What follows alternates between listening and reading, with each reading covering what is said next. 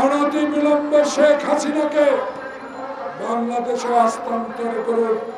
বাংলাদেশে হস্তান্তর করে আপনার দেশ যে গণতন্ত্র বিশ্বাস করে, আপনি যে একটি গণতান্ত্রিক দেশ, তার প্রমাণ আজকে আপনাকে দিতে হবে। বাংলাদেশের সীমান্তে এই পর্যন্ত প্রায় শেখ হাসিনার শাসনামলে 500-র অধিক লোককে বিনা কারণে হত্যা করা হয়েছে। 700-র বেশি অধিক বাংলাদেশিকে আহত করেছে। যে ভারত আজ বড় বড় কথা বলে, ভারতকে আজকে জিজ্ঞাসা করতে চাই যে ভারতের মুক্তিযুদ্ধে আমাদেরকে সহায়তা করেছে বলে বাংলাদেশের মানুষ তাদের কাছে অবশ্যই আমরা কৃতজ্ঞ। কিন্তু যে ভারত সহযোগিতার নামে বাংলাদেশকে ধ্বংস করে দিবে, গণতন্ত্র হত্যা করবে, আমার মানুষকে হত্যা করবে, ফেলানিকে গুলি করে তার লাশ ছড়িয়ে রাখবে, সে অধিকার তো বাংলাদেশের মানুষ ভারতকে কোনোদিনও দেয় নাই।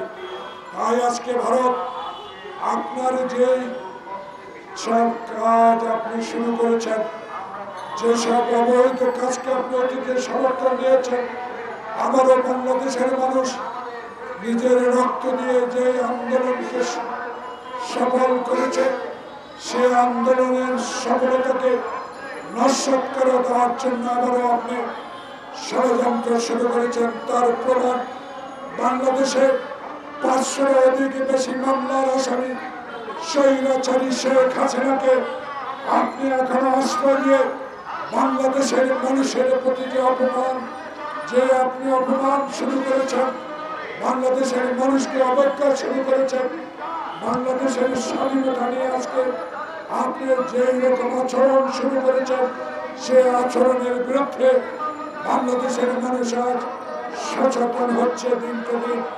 ডক্টর ইউনূস, আপনার কাছে আমাদের আবেদন থাকবে, ভারত বৃহত্তর রাষ্ট্র হতে পারে, জনগোষ্ঠী বেশি হতে পারে, কিন্তু ভারতের আত্মা অত্যন্ত ছোট, মন ছোট।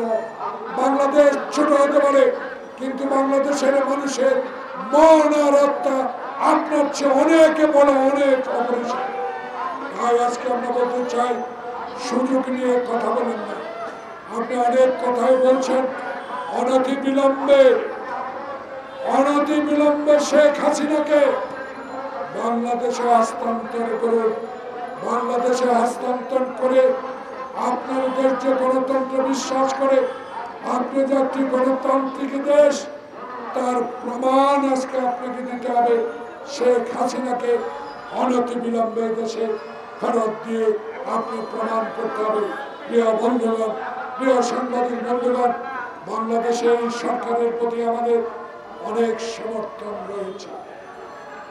14 বছরে যেই ফেলানির বিচার হয় না, আপনার কাছে দাবি থাকবে বিচার শুরু করতে হবে। আবার যে বিডিআর মিটিং দিয়ে শেখ হাসিনা বাংলাদেশের সেনাবাহিনীকে ধ্বংস করার পরিকল্পনা করেছিল, হিন্দুস্তানের সহযোগিতা, তাদেরকেও বিচারে আনতে হবে।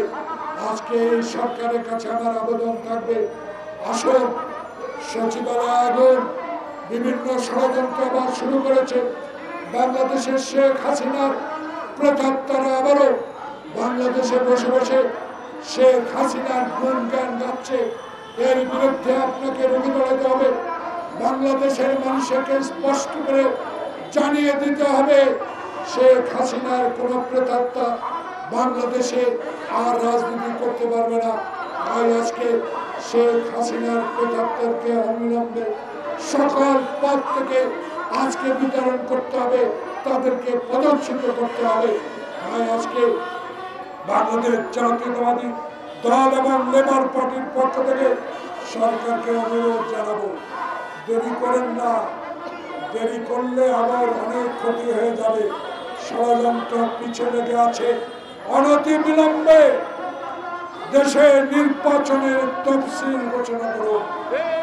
সেই নির্বাচনের মধ্য দিয়ে বাংলাদেশে যেই দলেই ক্ষমতা আসুক, আমার নেতা তারেক রহমান বলেছে, আমরা আন্দোলনরত সকল দল আমরা নির্বাচনে অংশগ্রহণ করব, যে নির্বাচনে মৃত ব্যক্তি ভোট দেবে না, যে নির্বাচন 1991 সালের মতো সততার মধ্যে দিয়ে অনুষ্ঠিত হবে, সেই নির্বাচনে যদি আমরা ক্ষমতায় যাই, ইনশাআল্লাহ বাংলাদেশে শেখ হাসিনার মতো আর আয়নাঘর আমরা তৈরি করব না।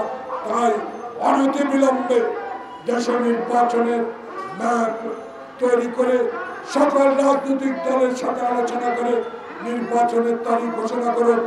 সংস্কারও চলবে, নির্বাচনের তফসিলও চলবে, নির্বাচনের দিন কোনো আপনাকে ঘোষণা করা আহ্বান জানিয়ে, ফেলানির বিচার দাবি জানিয়ে, ইরানের লেবার পার্টিকে ধন্যবাদ জানিয়ে, অন্যান্য যেসব দল আজকে ফেলানির এই হত্যাকাণ্ডের বিচারের দাবিতে আয়োজন করেছেন, সবাইকে ধন্যবাদ জানিয়ে আমার বক্তব্য শেষ করছি। আসসালামু আলাইকুম।